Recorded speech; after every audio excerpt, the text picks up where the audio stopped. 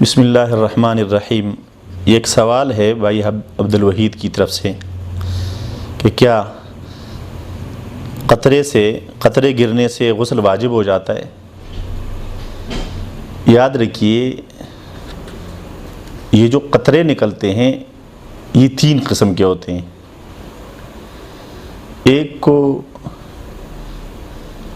ودی کہتے ہیں، دوسرے قسم کے قطرے ہیں اس کو مزی بولتے ہیں، اور تیسرے قسم کے قطرے ہیں اسے منی بولتے ہیں۔ یہ سوال چونکہ آج کل عام ہے اور بہت سارے لوگوں کو یہ پرابلم ہوتی ہے، اس لیے میں مناسب سمجھتا ہوں کہ اس کا آپ کو تفصیلی جواب دوں۔ دیکھیے،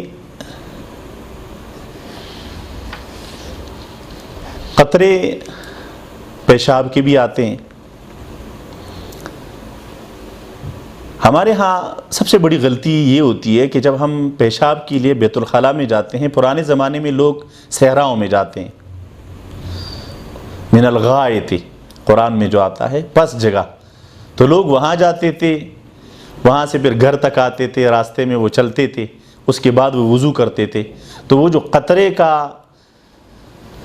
احتمال ہوتا ہے وہ ختم ہو جاتا تھا۔ اب ہم بیت الخلاء میں جاتے ہیں، ادھر ہی پیشاب کے ادھر ہی استنجا کر دیا، پانی لگ گیا، پانی لگنے کے بعد جب ہم اٹھتے ہیں تو پھر ہمیں شک سا ہوتا ہے، لیکن اب ہم مشکوک سے ہو جاتے، پریشان ہو جاتے ہیں۔ تو اس کے لیے یاد رکھیے، بہترین طریقہ کار یہ ہے کہ جب آپ نے وضو کرنا ہوتا ہے تو وضو کرنے سے آپ 5-10 منٹ پہلے پیشاب کر لیا کریں، 5-10 منٹ پہلے آپ پیشاب کر لیا کریں۔ اور یاد رکھیے، یہ پیشاب کا جو قطرہ ہے یہ انتہائی خطرناک ہے۔ امام الانبیاء علیہ السلام راستے سے جا رہے ہیں، ایک حدیث میں آتے جنازے سے واپس آ رہے ہیں، حضور علیہ السلام نے 2 قبروں کے بارے میں فرمایا انہما یعذبان، ان کو عذاب ہو رہا ہے، اور پھر فرمایا وما یعذبان فی کبیر، ان کو کسی بڑے گناہ کی وجہ سے، گناہ کبیرہ کی وجہ سے عذاب نہیں ہو رہا۔ فرمایا ایک تو چغلخوری کرتا تھا اور دوسرا پیشاب سے نہیں بچتا تھا، پیشاب کے قطروں سے نہیں بچتا تھا۔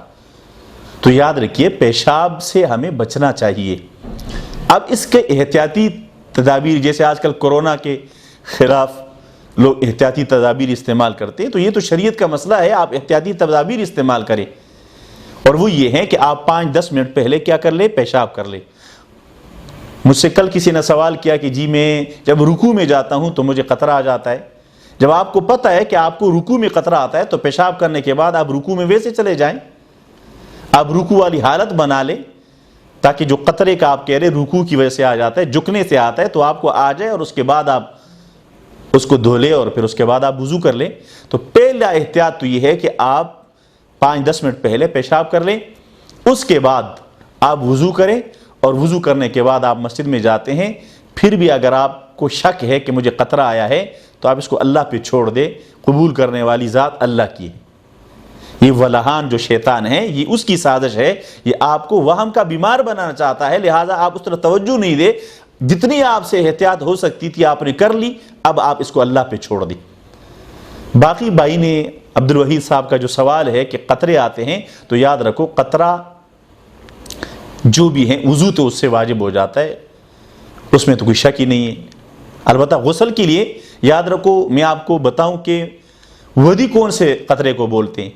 یہ جو پیشاب کرنے کے بعد لیسدار مادہ چکنا سا جو قطرہ آتا ہے، اس کو ودی بولتے ہیں، اور اس کی بڑی حکمت ہے۔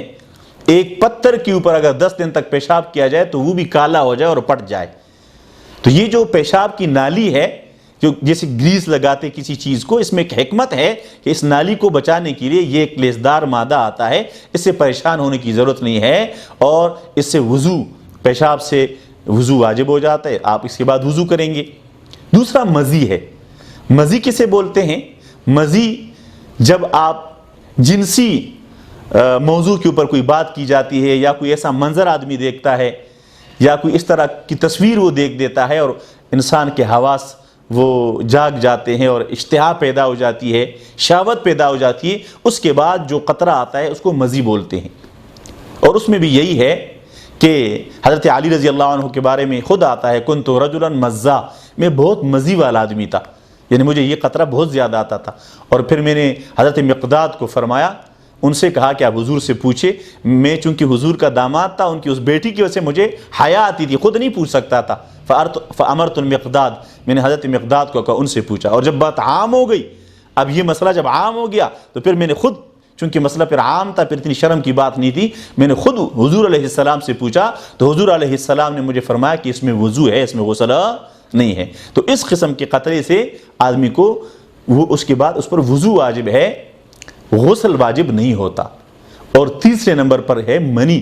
منی اس پانی کو کہتے ہیں جو گاڑھا ہوتا ہے, وہ پانی جس کے نکلنے کے بعد انسان کی شہوت پوری ہو جاتی ہے, اشتہا ختم ہو جاتی ہے, جس سے اللہ تبارک و تعالی اولاد کے سلسلے کو آگے جاری کیے ہوئے ہیں.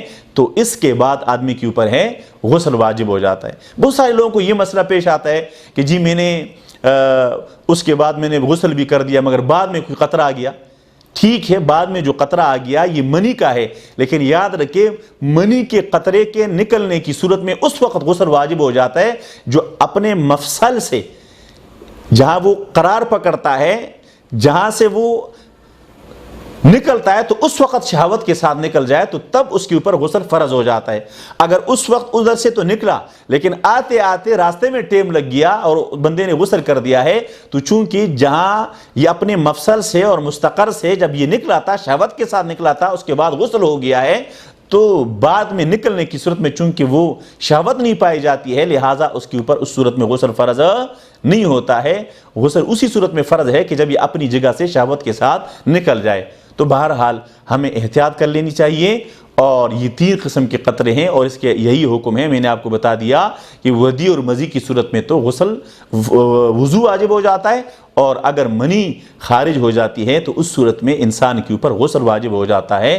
اللہ تبارک و تعالی ہمیں عمل کی توفیق عطا فرمائے.